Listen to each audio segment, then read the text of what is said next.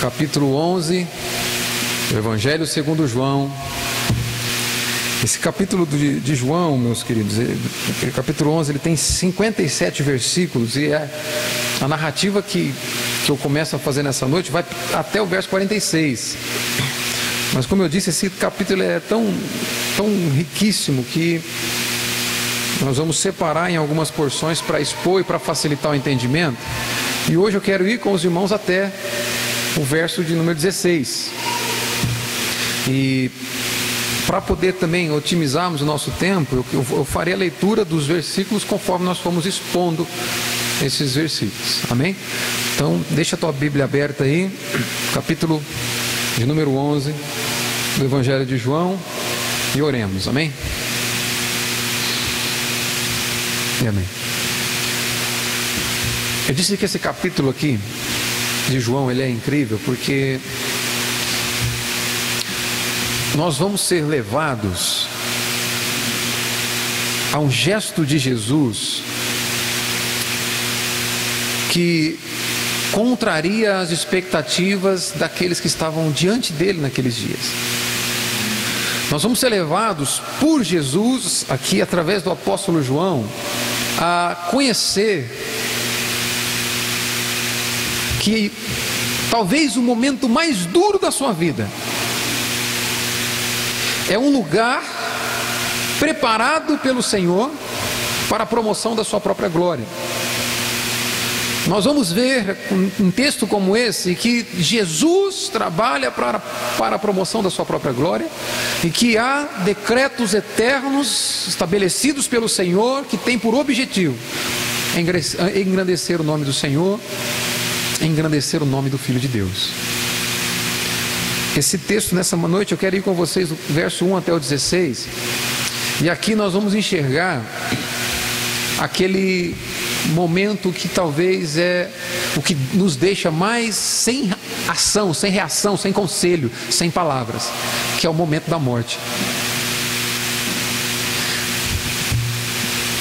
Quando nós pensamos acerca da morte, nós nos vemos diante de uma limitação a qual nós não encontramos respostas, a qual nós ficamos muitas vezes sem ter o que falar. Certamente você já encontrou pessoas que perderam entes queridos, e até mesmo você perdeu entes queridos, em que você não encontrou meios para confortar essa pessoa, para confortar esse teu conhecido. É que talvez você mesmo não conseguiu encontrar em Deus conforto para sua alma quando perder alguém. Porque a morte é aquilo que é o momento da nossa vida que nos coloca diante daquilo que nos deixa perplexo, diante daquilo que nos deixa sem reações. É onde nós nos vemos completamente sem recursos para dar saída para nossas vidas. E nós vamos ver que aqui ocorreu uma morte. Mas o que nós vamos ver nesse texto é que essa morte, ela é diferente de todas as outras mortes. Essa morte aqui aconteceu para a glória de Deus. Nós estamos diante da narrativa de uma morte para a glória de Deus. Essa morte, ela tem um caráter especial. Ela é diferente das outras mortes. Nós já vimos dentro do Evangelho de João que cada sinal, cada milagre narrado por João tem por objetivo apontar para a glória do Filho de Deus. Nós vimos isso em todos os milagres. Esse aqui é o 7º e último milagre registrado por João. Ele mesmo vai dizer que Jesus realizou inúmeros outros sinais, mas que esses daqui ele escolheu com um objetivo claro, específico, que é nos levar a crer que Ele é Jesus Cristo, o Filho de Deus. Ele é o Messias prometido pelo Senhor. Cada um desses sinais tem por objetivo apontar para Jesus como sendo aquele que foi prometido pelo Senhor para o seu povo. E esse 7º e último milagre registrado por João no seu Evangelho tem por objetivo mostrar que Jesus Cristo é o Deus capaz de vencer a morte. Tem por objetivo mostrar que Jesus Cristo é a ressurreição e a vida, que Jesus Cristo é a verdadeira vida. É aqui que ele vai dizer: aquele que crê em mim, ainda que morra, viverá. Aqui nós vamos ver um Deus que se importa com a miséria dos homens. É aqui no verso 35 que nós vamos ler: Jesus chorou. Mas não um choro de desespero e de incapacidade, como o nosso choro. O nosso choro diante da morte é um choro de completa inabilidade, incapacidade, porque nós não encontramos em nós recursos para resolver esse problema. O choro do versículo 35 é o choro de um Deus que se importa com a miséria humana. Nós estamos diante de uma morte para a glória de Deus. Eu disse que essa morte ela é especial. Ela é diferente porque quando nós vamos para Romanos no capítulo 5, você não precisa abrir.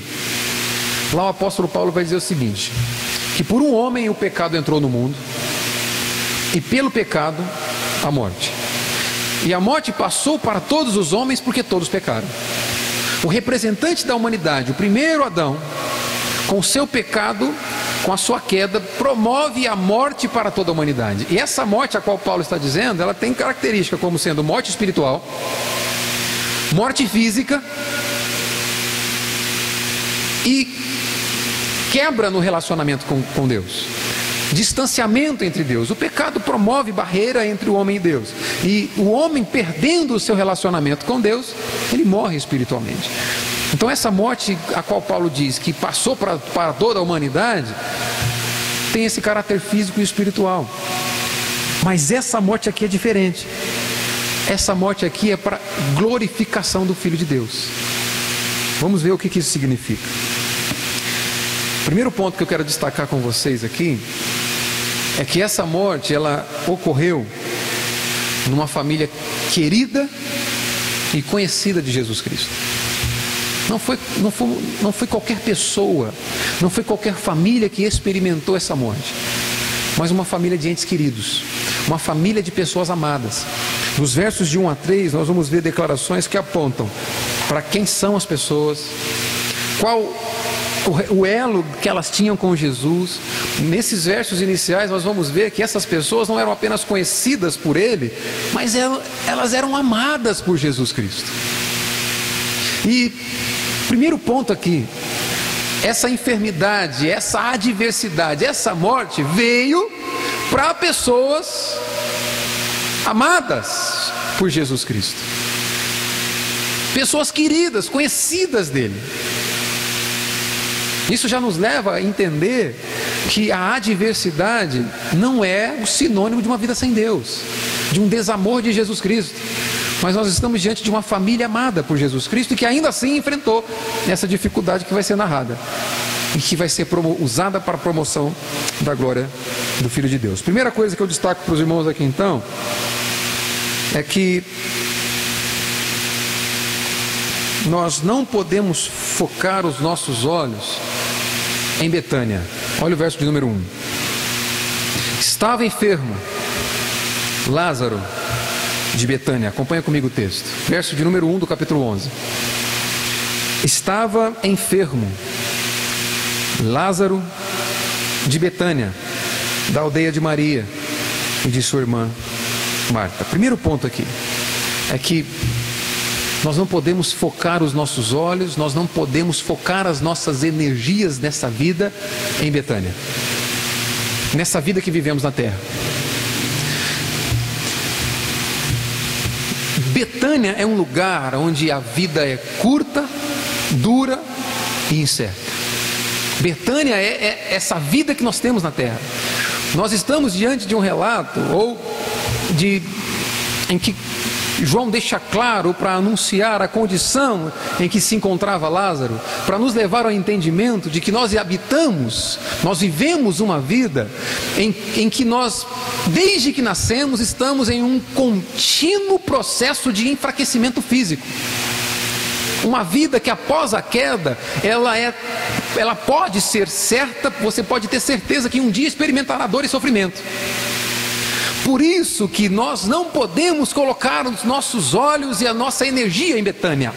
Não podemos colocar os nossos olhos nesse mundo. Nós vivemos continuamente um processo de decadência. Todos os homens, em Betânia, todos os homens na terra estão em um contínuo processo que até o fim ele experimentará um enfraquecimento completo da sua força física. Sabe o que isso nos leva a entender, irmãos? O que o apóstolo Paulo nos diz lá em 1 Coríntios capítulo 15, no verso 19: se nós esperamos em Cristo somente nessa vida, somos os mais infelizes homens da terra. Se a expectativa que nós temos em relação à nossa vida, se os planos que fazemos, se os sonhos que construímos envolvem apenas essa breve vida na terra, miseráveis homens e mulheres que somos. Essa narrativa nos põe em contato com a fragilidade da vida humana e com a brevidade da vida humana. Você não tem controle sobre os seus dias em Betânia. Você não tem controle sobre os seus dias na terra. Você não sabe o que te espera quando sair desse lugar. Não estou profetizando maldição.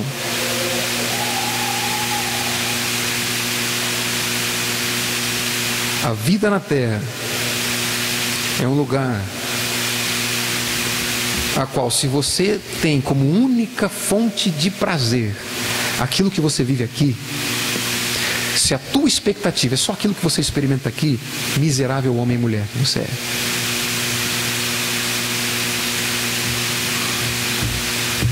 Não podemos focar os nossos olhos, os nossos afetos e a nossa energia nessa terra. Miseráveis homens que somos, se somente isso aqui resumir o nosso relacionamento com Deus e as expectativas que nós temos em relação à nossa vida. Um outro ponto que eu vejo aqui é que as adversidades, as dificuldades também ocorrem na vida de verdadeiros adoradores. Veja o verso 2 comigo. Esta Maria, cujo irmão Lázaro estava enfermo, era a mesma que ungiu com bálsamo o Senhor e lhe enxugou os pés com seus cabelos. Aqui é um ponto interessante. Esse registro que João faz, acredita-se que foi escrito esse evangelho por volta dos anos 80 depois de Cristo. Então aqui teria passado-se aproximadamente 50 anos desse relato, ou desses fatos, desses eventos acontecidos. João, primeiro ponto, quando ele escreve o seu evangelho, ele parte da ideia de que todos conheciam a história de Maria, irmã de Lázaro. Ele parte do ponto de que todos os seus leitores estavam familiarizados com essa história.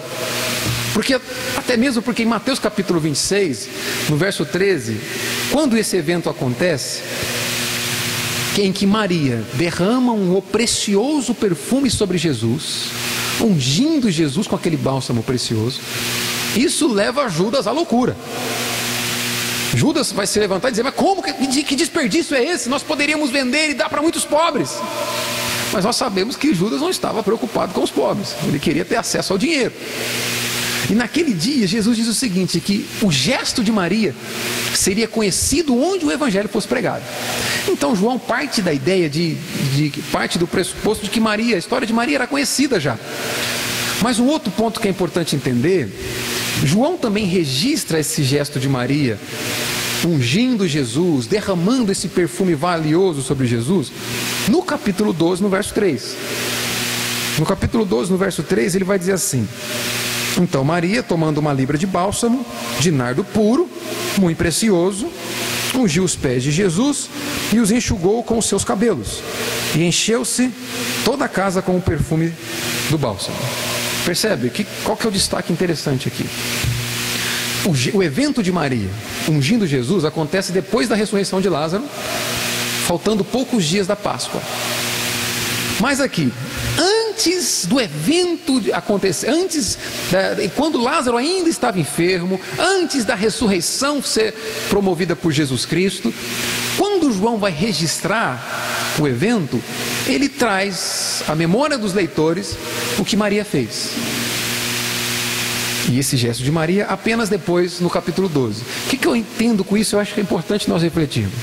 João quer nos levar ao entendimento de que verdadeiros adoradores também experimentam dias ruins na terra.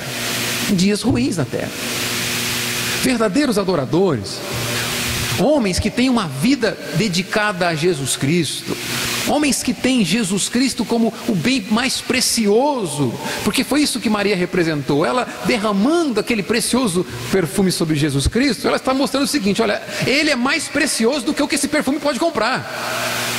O que João quer nos levar a entender aqui é que homens que têm Cristo como o Senhor da sua vida também sofrem, que o sofrimento não é sinal da ausência de Deus, que o sofrimento não é sinal de que a sua fé é deficiente, muito pelo contrário, ele traz aqui a memória de uma adoradora,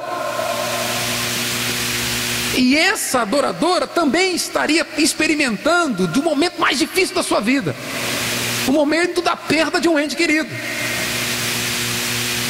A dor não é um sinal de que Deus te esqueceu, e nem de que a sua fé é fragilizada ou algo está errado contigo. Se você é um crente em Jesus Cristo, até a dor pode te colocar de joelhos em adoração ao Senhor.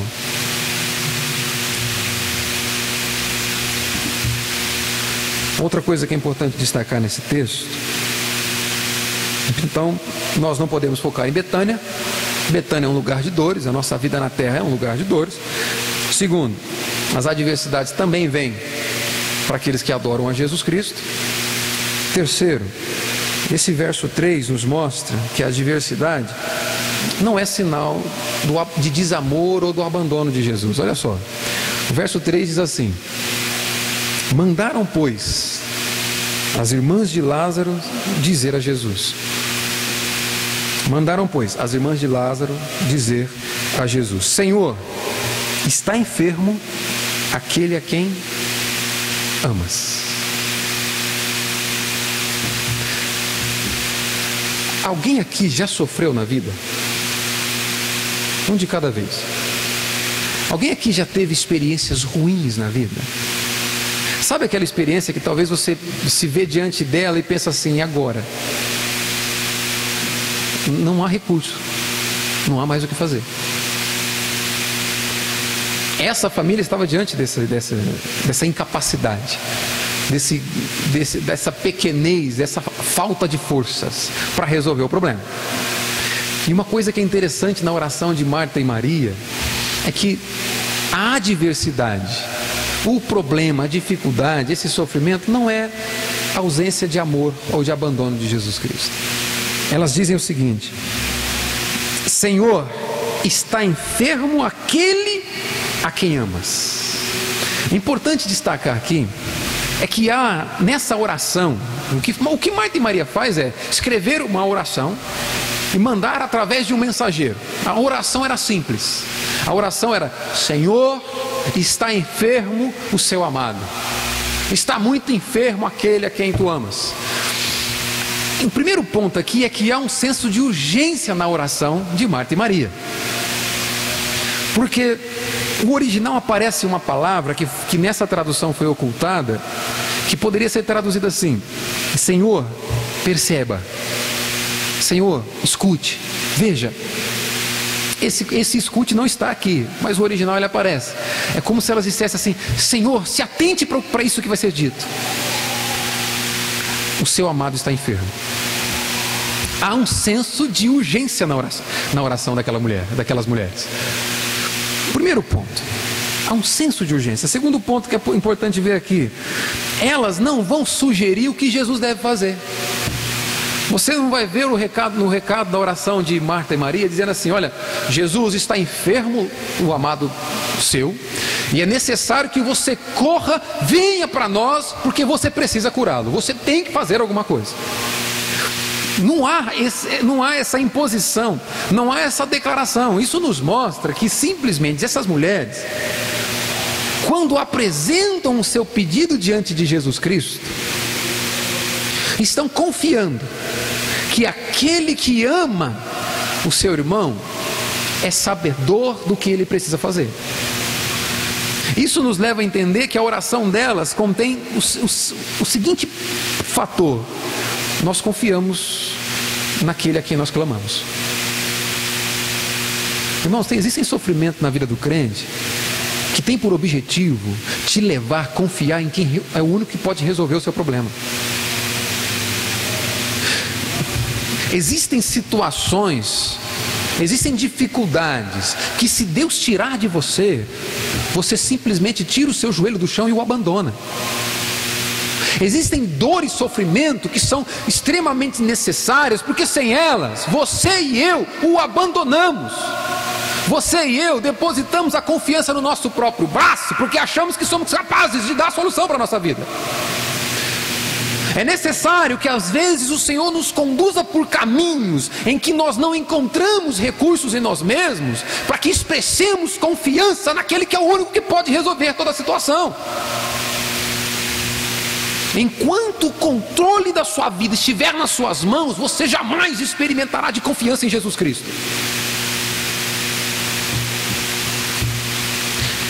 A oração dessas mulheres nos ensinam o que é uma oração.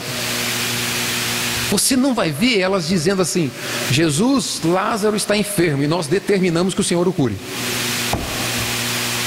Jesus, Lázaro está enfermo e nós repreendemos essa enfermidade. Com Marta e Maria nós aprendemos que a oração não é uma expressão de poder nosso, mas que a oração é uma expressão de fraqueza, onde nós nos mostramos completamente confiantes naquele que é o único que tem poder. Através da oração você não determina, você se humilha e se mantém confiante naquele que é capaz de mudar a sua história. Terceira coisa que é importante nós vermos na oração dessas mulheres é que elas se apegam ao amor de Jesus Cristo. Elas vão dizer assim: Senhor, está enfermo aquele a quem você ama. Percebe, irmãos? Elas não falam do amor que elas têm por Jesus Cristo. Elas não falam, elas não usam como recurso da oração o amor que Lázaro eventualmente poderia ter por Jesus Cristo. Elas se apegam no amor do próprio Cristo para com Lázaro. É o amor de Deus para com o homem. Você sabe, o que me surpreende não é a forma que eu amo a Deus. Não, porque Deus é amável. Jesus Cristo é desejável para as nossas almas. O que me encanta não é nenhuma dificuldade você amar a Deus uma vez que você o conhece. Não há nenhuma dificuldade. Porque Deus é a fonte mais preciosa de prazer a qual o homem pode ter acesso. Então Ele é amável por si só. O que me surpreende realmente é a capacidade que Deus tem de me amar, mesmo eu sendo como eu sou. O que me surpreende de verdade é a capacidade que Deus tem de amar você, mesmo você sendo quem é. Marta e Maria não fazem menção do amor delas, mas do amor dele. Entenda uma coisa: se você está aqui nessa noite e é um crente em Jesus Cristo, todos os dias você e eu damos inúmeros motivos para que Ele nos ame menos, mas nada muda quem Ele é. É isso que nos encanta em relação ao amor de Deus. Não a nossa capacidade de amá-lo, mas a capacidade que Ele tem de amar pecadores.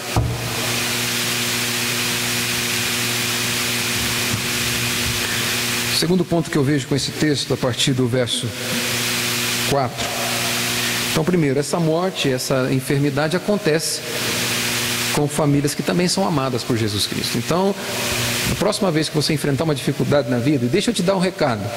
Não quero ser profeta de Deus não, mas a vida é assim, tá? Amanhã você pode sofrer. Eu também. Amanhã nós podemos experimentar alguma coisa ruim. Mas entenda uma coisa: isso não é sinal de abandono da parte de Deus, mas pode ser a evidência de que você e eu estamos exatamente onde Ele gostaria que estivéssemos. A segunda coisa que eu aprendo aqui é que essa adversidade, essa morte, sempre esteve sob o controle de Jesus Cristo. Olha o verso 4. Ao receber a notícia, disse Jesus: esta enfermidade não é para a morte, e sim para a glória de Deus, a fim de que o Filho de Deus seja por ela glorificado. Ora, perdão, vamos ficar aqui por enquanto. Os versos 4 a 6 nos mostra que Jesus sempre esteve no controle da situação. Que a adversidade na história daquelas irmãs, daquela família, não pega Jesus no contrapé, ele não é pego de surpresa. O primeiro destaque que eu faço aqui, irmãos, é que Jesus sempre soube da experiência a qual Lázaro enfrentaria, passaria, e por qual motivo Lázaro deveria passar por essa experiência. Jesus, sabendo da experiência e sabendo do motivo pelo qual Deus faria com que Lázaro passasse por essa experiência, está revelando para nós aqui sua onisciência e providência. Lázaro, irmãos, estava sendo ali, na verdade, Lázaro é alvo da agenda divina. Lázaro é alvo da agenda celestial. Jesus não apenas conhecia Lázaro no seu dia a dia, mas Jesus conhecia Lázaro desde a eternidade. Lázaro certamente foi um homem a qual esse amor de Jesus Cristo, que nos é entregue de antemão, foi destinado sobre aquele homem, na eternidade. Nós vemos aqui que Lázaro foi alvo dessa agenda de Deus. Isso me faz lembrar um texto de Davi, lá no Salmo 139, olha lá comigo. Salmo capítulo 139, no verso 16, Davi nos faz uma declaração incrível. Salmo 139, verso 16, risca isso na sua Bíblia, faça um círculo, um quadrado, marque isso, para que nos dias em que a tristeza vier, ou nos dias em que você não encontrar motivos para sorrir, você possa olhar para esse texto e entender que existe um Deus no céu, a qual nunca é preso de surpresa. Capítulo 139, verso 16 de Salmo, diz assim: os teus olhos me viram, a substância ainda informe, desde o ventre, e no teu livro foram escritos todos os meus dias, cada um deles escritos e determinados. Determinado. Os dias da minha vida foram alvos de um decreto divino, quando nenhum deles havia ainda. Davi nos leva ao entendimento de que a sua vida não é fruto do acaso. Meus irmãos, nossa vida não é fruto não é um encontro do acaso com o nada.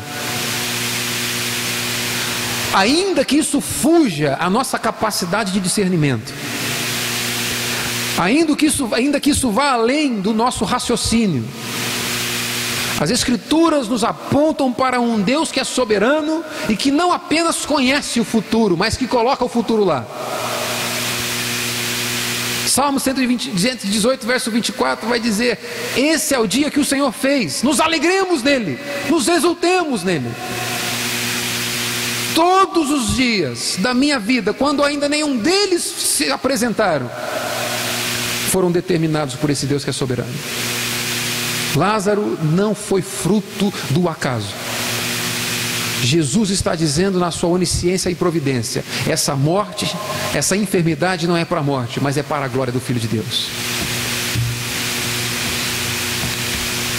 Outra coisa que eu aprendo aqui no verso 5 é que essas adversidades que sobrevêm sobre as nossas vidas, assim como sobre a vida daquela família, em hipótese alguma pode anular o amor de Jesus Cristo. Olha o verso 5. Ora, amava Jesus a Marta, a sua irmã e a Lázaro. Irmãos, agora um parênteses, ó. Chegamos no nível hard de cristianismo. Já jogou videogame? Tem lá o level easy, normal e hard, não é? O easy é o mais fácil, o normal é o normal e o hard é o mais difícil. Nós chegamos no nível hard de cristianismo. É você ser capaz de olhar para Jesus Cristo e dizer: Ele é o meu amado, eu sou amado por Ele, mesmo nos dias em que só você enxerga dor e sofrimento. Isso é o nível hard de cristianismo, isso é o nível hard de relacionamento com Deus. Você não tem motivos para sorrir, humanamente falando. Você consegue elevar os seus olhos para o monte e dizer: de lá vem o meu socorro, é no Senhor que eu coloco as minhas expectativas. Ainda que tudo seja contrário, ainda que eu não encontre recursos na terra, ainda que eu não encontre recursos no meu cônjuge, na minha família, no meu trabalho, ainda que eu não encontre recursos para mim, ainda que o fracasso está anunciado, eu consigo olhar para Jesus Cristo e dizer: eu sou do meu amado e o meu amado é meu. Irmãos, em hipótese alguma, as dificuldades que você enfrenta pode anular o amor de Jesus Cristo. João faz questão de frisar mais uma vez. Ora, é como se ele quisesse nos levar ao que é óbvio. Ora, é óbvio, amava Jesus a essa família. Marta, Maria e Lázaro eram alvos desse amor de Jesus Cristo, mesmo enfrentando o que estavam enfrentando. Nível hard de relacionamento com Deus.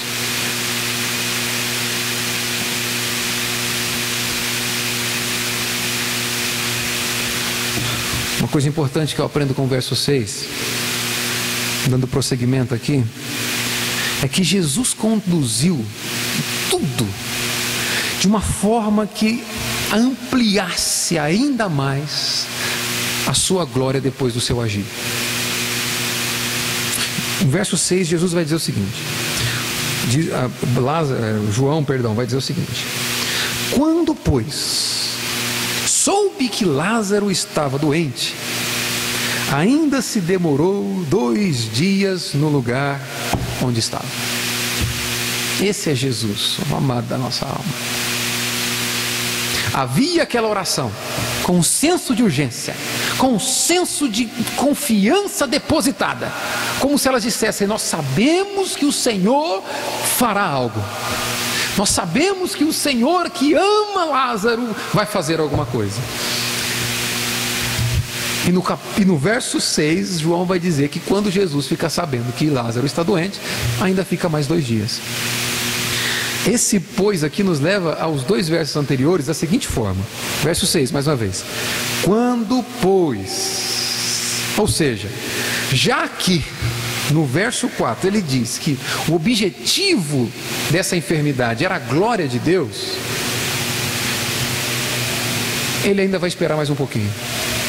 Já que o objetivo é deixar com que a glória de Deus seja ainda maior através do meu agir, para que eu seja glorificado pelos meus discípulos, vamos esperar um pouco mais.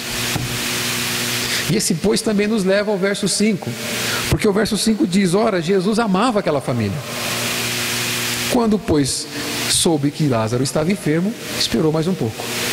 É como se João dissesse o seguinte: olha, Jesus ama tanto aquela família, Jesus ama tanto aquela família que ele não vai curar o enfermo. Vou repetir: o amor de Jesus é tão grande pela família de Lázaro que ele não vai lá curar o enfermo, porque o objetivo é a glória de Deus. E Deus é mais glorificado na ressurreição de um morto do que na cura de um enfermo. Jesus conduziu tudo de forma que ainda viesse mais glória para o nome do Pai e para Ele mesmo. Deus seria mais glorificado com o morto voltando à vida do que o enfermo sendo curado. Seus discípulos viram inúmeros enfermos sendo curados, mas aqui aconteceria o milagre mais sublime registrado no Evangelho de João. O terceiro ponto que eu vejo aqui agora a partir do verso 7 é que essa adversidade, essa morte proporcionaria uma experiência incrível para os discípulos. Seria incrível aquilo que os discípulos iam experimentar. Primeira coisa aqui, olha, do verso 7 e 8, nós vemos uma ameaça real. Diz assim: depois disse aos seus discípulos: vamos outra vez para a Judéia. Verso 8. Disseram-lhe os discípulos: Mestre, ainda agora os judeus procuravam apedrejar-te e voltas para lá? A ameaça era real. E a única coisa que os discípulos conseguiram entender do discurso de Jesus acerca das poucas palavras que João registra acerca do acontecimento é o seguinte: nós estamos voltando para a Judéia, onde há pouco instante os homens queriam te matar. Que é isso, Jesus? No capítulo 10, no verso 31, João vai dizer que novamente aqueles judeus pegaram em pedras para atirar em Jesus. Depois que Jesus vai dizer: olha, eu e o Pai somos um, isso transbordou a ira dos judeus contra ele, a ponto deles desejarem mais uma vez matá-lo. Então, a partir do verso 40 vai dizer que Jesus se retirou do meio daqueles homens e foi para onde ele estava. E agora, passados esses dias, Jesus diz para seus discípulos: vamos para a Judéia de novo. A ameaça era real e aqueles homens não entendiam o motivo, porque os discípulos ainda, irmãos, não haviam digerido a ideia da morte de Jesus Cristo. Eles ainda não haviam digerido que esse seria o significado de sua vinda para a terra. Por isso o espanto. No verso 9 e 10, nós vemos que a explicação de Jesus também é incrível. Ele diz: respondeu Jesus: não são 12 as horas do dia? Se alguém andar de dia, não tropeça, porque vê a luz deste mundo. Mas se andar de noite, tropeça, porque nele não há luz. Duas coisas interessantes a gente tirar, dois ensinamentos interessantes desses versículos aqui. Primeiro, Jesus está dizendo para aqueles homens o seguinte: o lugar mais seguro para você estar é o centro da vontade de Deus. Vivendo a vontade de Deus, cumprindo a vontade de Deus, é o lugar mais seguro que vocês podem estar. Quando ele diz assim: não são 12 as horas do dia? Jesus está levando os discípulos ao seguinte pensamento: olha, vocês trabalham enquanto há luz. Enquanto há luz, durante o dia, vocês empreendem os seus esforços, vocês trabalham. Eu também vim para trabalhar em favor da obra do Pai. E enquanto eu estiver aqui, eu serei fiel ao cumprir com a vontade do Pai. Ele já havia dito isso em João capítulo 4, verso 34. Quando ele diz assim: olha, a minha comida é cumprir, fazer as obras daquele que me enviou, cumprir com sua vontade. O medo vem dos discípulos e é natural. Eles estavam sendo ameaçados à morte, Jesus estava sendo ameaçado à morte. Mas o que Jesus diz é o seguinte: olha, o lugar mais seguro que você pode estar é fazendo o que Deus manda. E há uma outra declaração dele que também nos leva a esse entendimento. Quando nós vemos o capítulo 6 de João, nós vamos lembrar que aqueles homens experimentaram, quando Jesus anda sobre as águas, você vai lembrar dessa experiência, eles experimentaram de um medo terrível, uma tempestade terrível. E o texto dos evangelhos vai dizer que Jesus os forçou para subirem naquele barco. É fácil nós concebermos a ideia de que nós estamos exatamente no centro da vontade de Deus para as nossas vidas quando tudo vai bem. É fácil você conceber a ideia quando tudo está dando certo, aí você diz: eu estou no centro da vontade de Deus para a minha vida. Os discípulos, quando seguiram a voz de Jesus Cristo, o que eles experimentaram foi uma tempestade. Eles experimentaram de uma adversidade muito grande, o medo da morte. E aqui Jesus está dizendo o seguinte: o lugar mais seguro para vocês estarem é em mim. É em mim. Veja o final do verso 10. Mas se andar de noite, o verso 10 diz: tropeça, porque nele não há luz. Se andar de dia, vê a luz deste mundo. Se andar de noite, tropeça, porque nele não há luz. Em outras palavras, Jesus está dizendo o seguinte: o lugar mais seguro para você estar é a minha presença. Jesus já havia se apresentado como a luz do mundo aqui. Por isso que ele diz: não há luz naquele que anda em trevas. Nós não temos luz em nós mesmos, irmãos. Entenda uma coisa: nós não temos recursos em nós mesmos que nos livra das adversidades da vida. A única forma de você estar de pé, mesmo quando os dias vão maus, é estando firmemente ligados a Jesus Cristo. É nesse sentido que ele quer dizer: olha, vocês não têm luz em si mesmo. Vocês não têm nada, nenhum recurso em si mesmo que fazem com que vocês fiquem de pé no dia da adversidade. Vocês são dependentes de mim. Se vocês estiverem ligados a mim, ainda que os dias sejam maus, vocês estarão em segurança.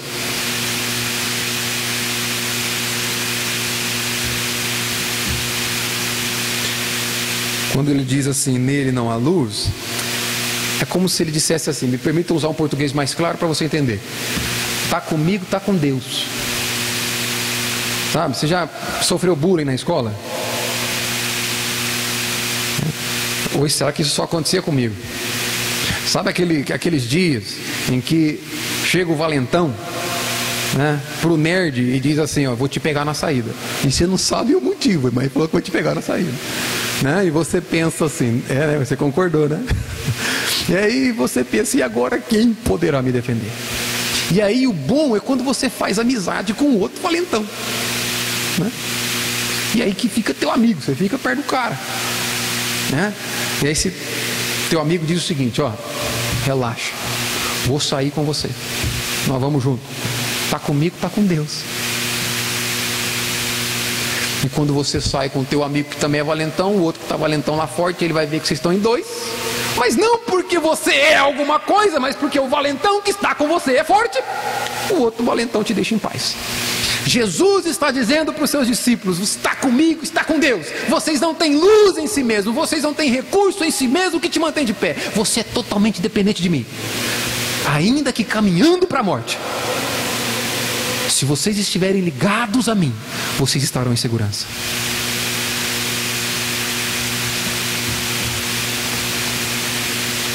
Outra coisa que é impossível apresentar, já estou caminhando para o fim, irmãos, mas é importante nós vermos aqui, nos versos de 11 a 15, aqueles discípulos passariam por uma experiência incrível.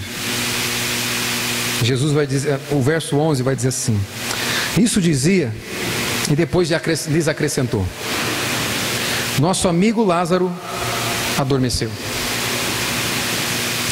mas vou para despertá-lo.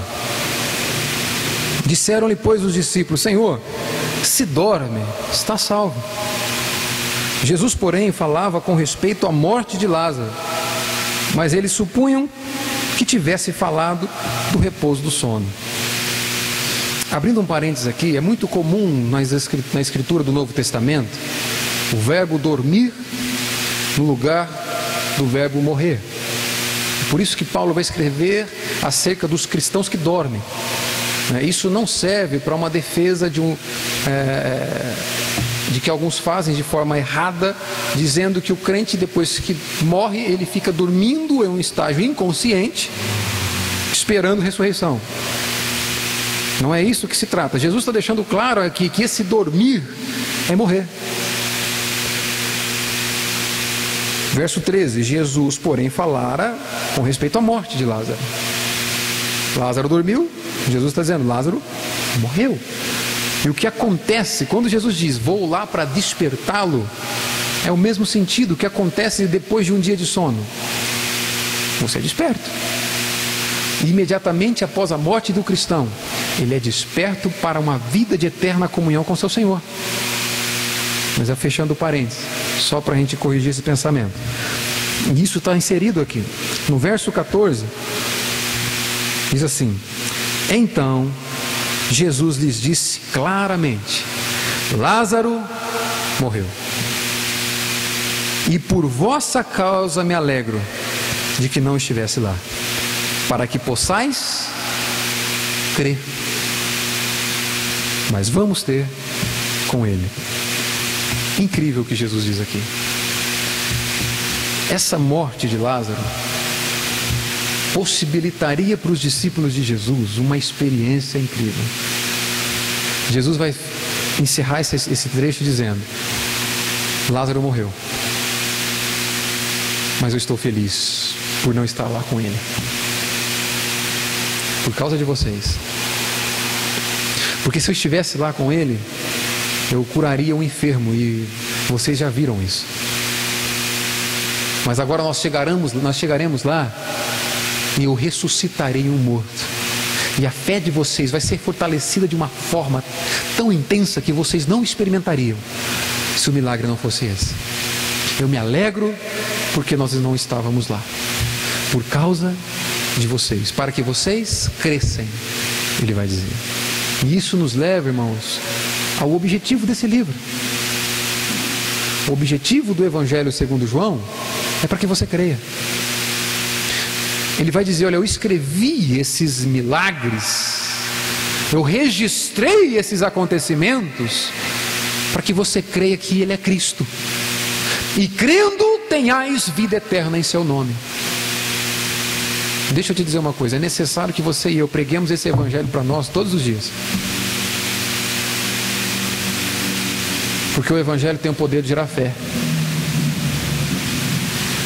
Se um dia você deixou de crer e saiu das mãos do Senhor, nós vimos isso aqui na exposição anterior, é porque você nunca creu. O que caracteriza o cristão em Jesus Cristo, o crente em Jesus Cristo, é a sua capacidade de crer nele todos os dias da sua vida.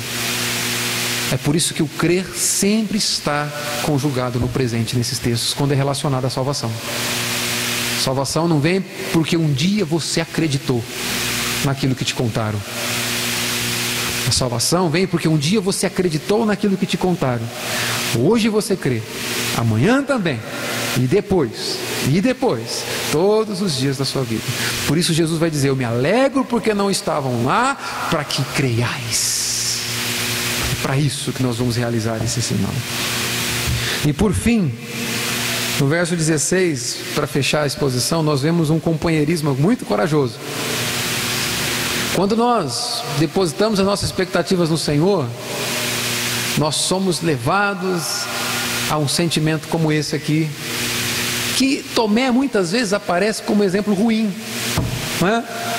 Mas eu acho interessante, embora Tomé tenha um ponto de vista dramático da vida, aqui a forma como ele se manifesta é muito interessante. Olha o verso 16. Então Tomé, chamado Dídimo, disse aos condiscípulos: vamos também nós, para morrermos com ele. Olha a declaração de Tomé. E ele não diz, irmãos, a forma, as palavras como estão aqui, ele não está dizendo assim: vamos lá, nós vamos morrer também, vocês vão? Não, é uma declaração do tipo assim: vamos morrer com ele. Em outras palavras, Noé era especialista em ver o lado ruim da vida.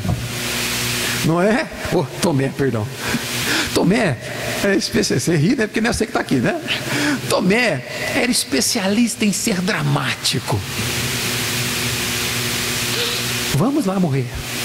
Vamos morrer com o Senhor. Uma coragem participativa, companheira de Tomé. A personalidade de Tomé ela é marcada por esse desânimo e devoção. É com Tomé que nós vemos que a dúvida é um alimento interessante para a fé. Não há problema algum você ter dúvida. Quando essa dúvida é direcionada a Jesus Cristo e Ele te elimina essas dúvidas, não há problema nenhum. Jesus, ele é adorado pela primeira vez como Deus num ambiente de dúvida. Depois que ele ressuscita, ele aparece aos seus discípulos. Os discípulos contam para Tomé. E qual que é a reação de Tomé? Não acredito não, só se eu ver. E eu ainda tenho que encostar nas feridas. Jesus se aparece diante de Tomé, no meio de um ambiente de grande dúvida, dizendo para Tomé: então toca, Tomé, pode ver. Tomé se refere a Jesus de Senhor meu e Deus meu. Deus, Jesus Cristo é adorado como Deus pela primeira vez em um ambiente de dúvida, que veio desse nosso irmão Tomé. E aqui Tomé diz corajosamente, por medo de perder ao mestre. Havia um grande medo de perder o próprio mestre. Eles, vendo esse lado dramático, vendo que aquilo era possibilidade clara de morte, ele diz: devemos ser solidários na morte do mestre, vamos morrer com ele. Eu quero ficar até aqui com você, mas concluído da seguinte forma: uma adversidade ocorre aqui, e é talvez aquela pior que nós podemos enfrentar na vida, que é a morte. Mas nós vemos aqui que essa adversidade ela ocorre em uma família que é amada por Jesus Cristo. Em 1 Pedro, o apóstolo vai nos dizer o seguinte: até as adversidades servem para provar o valor da vossa fé no dia de Cristo, quando você vai render glória para Ele. É como se nós nos agíssemos da seguinte forma, as palavras do apóstolo Pedro no capítulo 1 da sua primeira carta: valorize todas as suas dificuldades e adversidades na vida. Elas provam o valor da sua fé, porque no dia de Cristo você chegará diante dele dizendo assim: Senhor, muito obrigado, porque eu vivi dias de desgraça. Muito obrigado porque eu vivi dias de dores e sofrimento, mas em todos eles o Senhor me sustentou. Muito obrigado, louvado seja o teu santo nome. Só o crente que vive no nível hard de relacionamento com Deus consegue fazer uma oração como essa.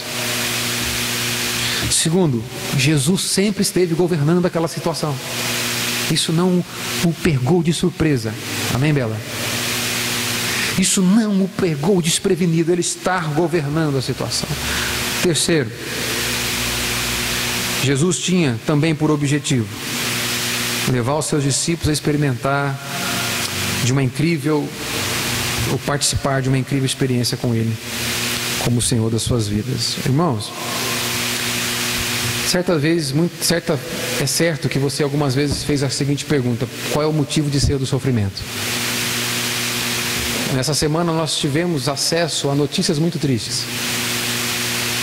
Aquele caso em Brumadinho que mobilizou a igreja para orar, muitos para levantar a sua bandeira de indignação contra a negligência dos homens sedentos por poder e que agem de uma forma irreverência nessa busca por poder e são incompetentes com a sua própria responsabilidade de manutenção desses lugares.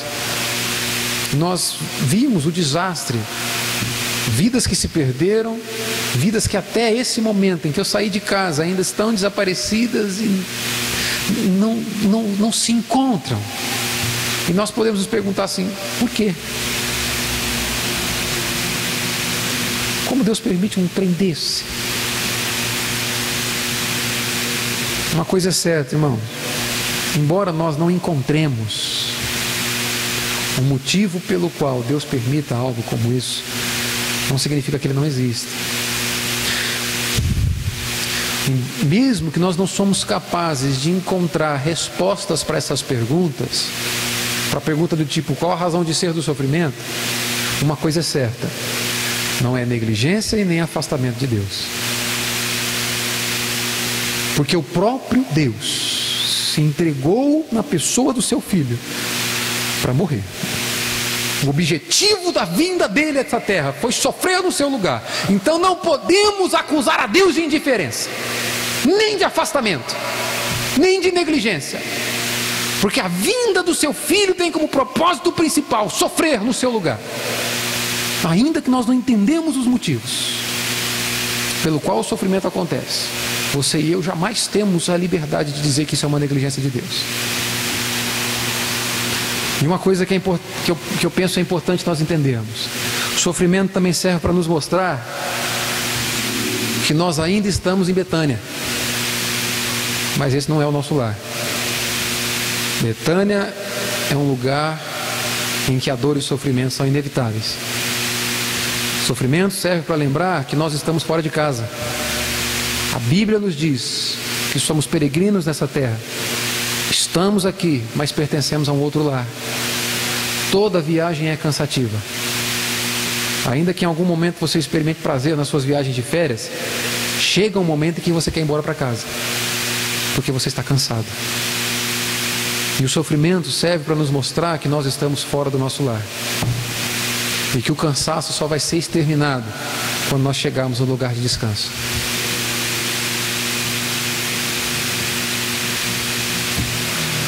Entendo também que o sofrimento serve para nos revelar o quanto nós somos pequenos. O sofrimento serve para revelar a pequenez do homem e a sua total dependência